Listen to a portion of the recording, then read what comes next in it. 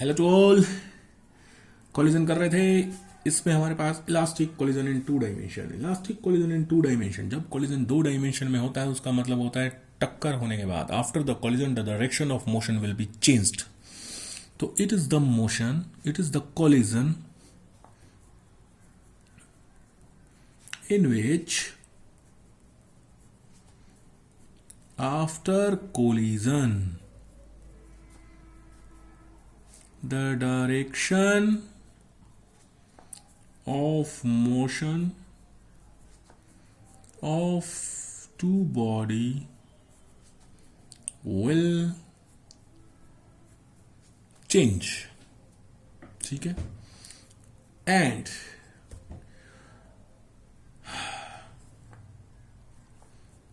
momentum is conserved। Number 2, kinetic energy is conserved। Elastic है तो सारी वही condition. Number 3, total energy is conserved. Two dimension में हम सिर्फ एक इलास्टिक कोलिजन ही पढ़ रहे हैं, ज्यादा नहीं पढ़ेंगे, हमारे सिलेबस में नहीं है ज्यादा। तो चलिए, first of all, let's consider a body of mass m1, velocity u1, mass m2, velocity u2। ठीक है, then there is collision between them।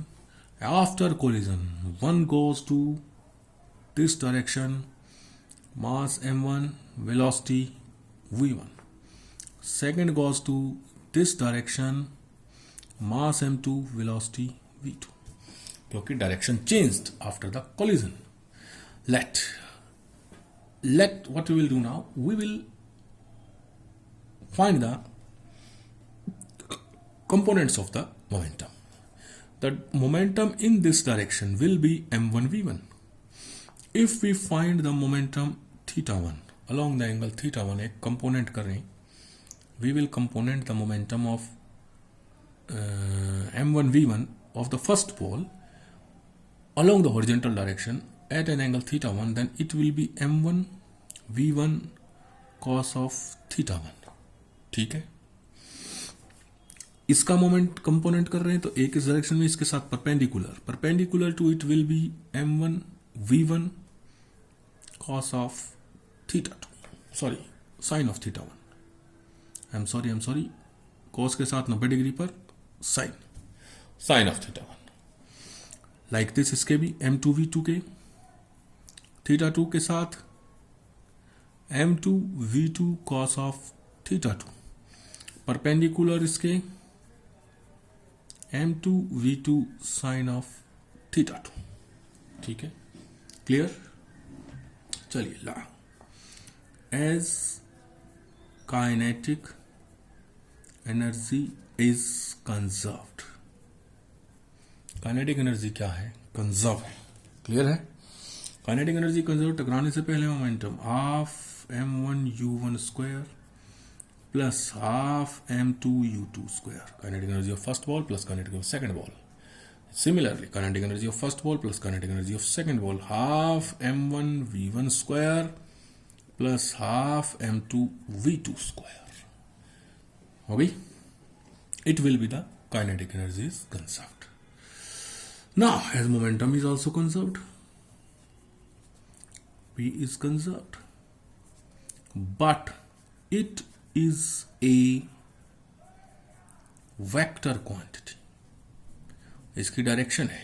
अब हमारे पास मोमेंटम भी दो डायरेक्शन में कंपोनेंट, अलोंग एक्स एक्सिस और अलोंग वाई एक्सिस। ठीक है, देन अलोंग एक्स एक्सिस टकराने से पहले अलोंग एक्स एक्सिस जा रही थी, दोनों बॉडी जा रही ना इसी तरफ। तो टकराने से पहले फर्स्ट पोल का मोमेंटम m1 u1, सेकंड का m2 u2 will be equal to along x axis, ये रहा, दोनों सेम डायरेक्शन में, तो ऐड कर देंगे m1 v1 cos of थीटा1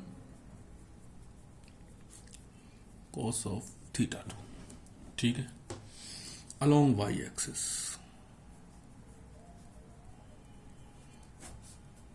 Y axis में क्या है भाई आपके पास? हमारे पास वाई एक्सिस में क्या है? टकराने से पहले तो ऊपर वाई एक्सिस की तरफ मोमेंटम 0, टकराने के बाद एक ऊपर है मोमेंटम, एक नीचे, तो ऊपर वाली डायरेक्शन पॉजिटिव ले लो, नीचे वाली नेगेटिव ले लो। यही कर सकते हैं हम, करना पड़ेगा हमें ये। तो मैंने ले लिया m1 v1 ऊपर वाली को पॉजिटिव ले लिया, माइनस m2 v2 नीचे वाली को नेगेटिव ले लिया। थीटा टू क्लियर है। तो इस तरह से हमारे पास क्या बन गई हैं, इक्वेशंस बन गई हैं along x axis momentum, along Y axis momentum and kinetic energies conserved की। बोलिए कोई दिक्कत है यहाँ तक? नहीं है ना।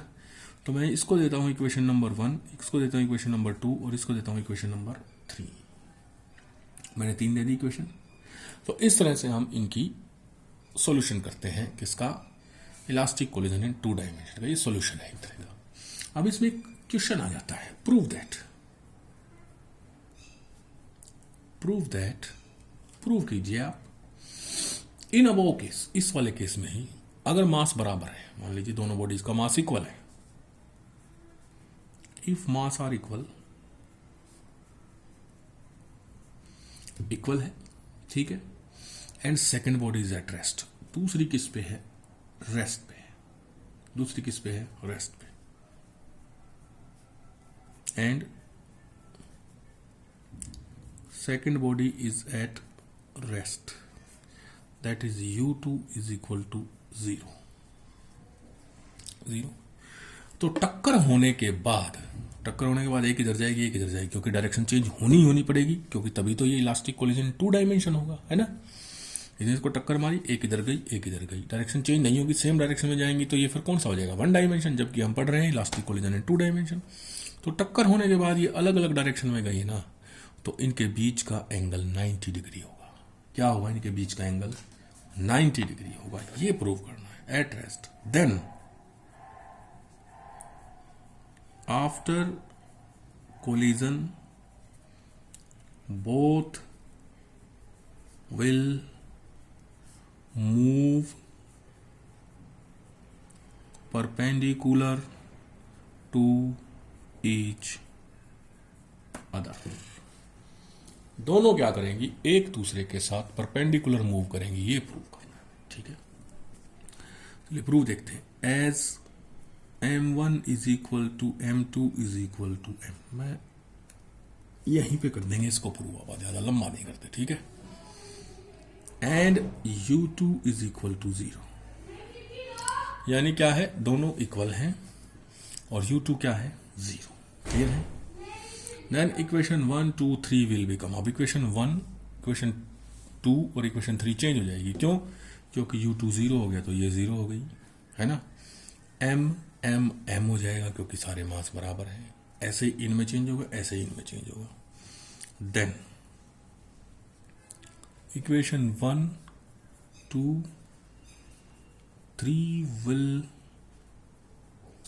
बिकम, इक्वेशन 1, 2 व 3 क्या बन जाएंगी भाई? चलिए देखें। इक्वेशन 1 क्या बन जाएगी? ये है भाई इक्वेशन 1, ये रही। देखूं 1/2 m1 की जगह m u1 square plus 1/2 m2 की जगह m u2 0, क्योंकि सेकंड बॉडी रेस्ट पर है। 1/2 m1 की जगह m v1 स्क्वायर, m2 की जगह m v2 स्क्वायर। हो गया, ये 0 हो गया, 1/2 गया, 1/2 गया, 1/2 गया, m गया, m गया, m गया।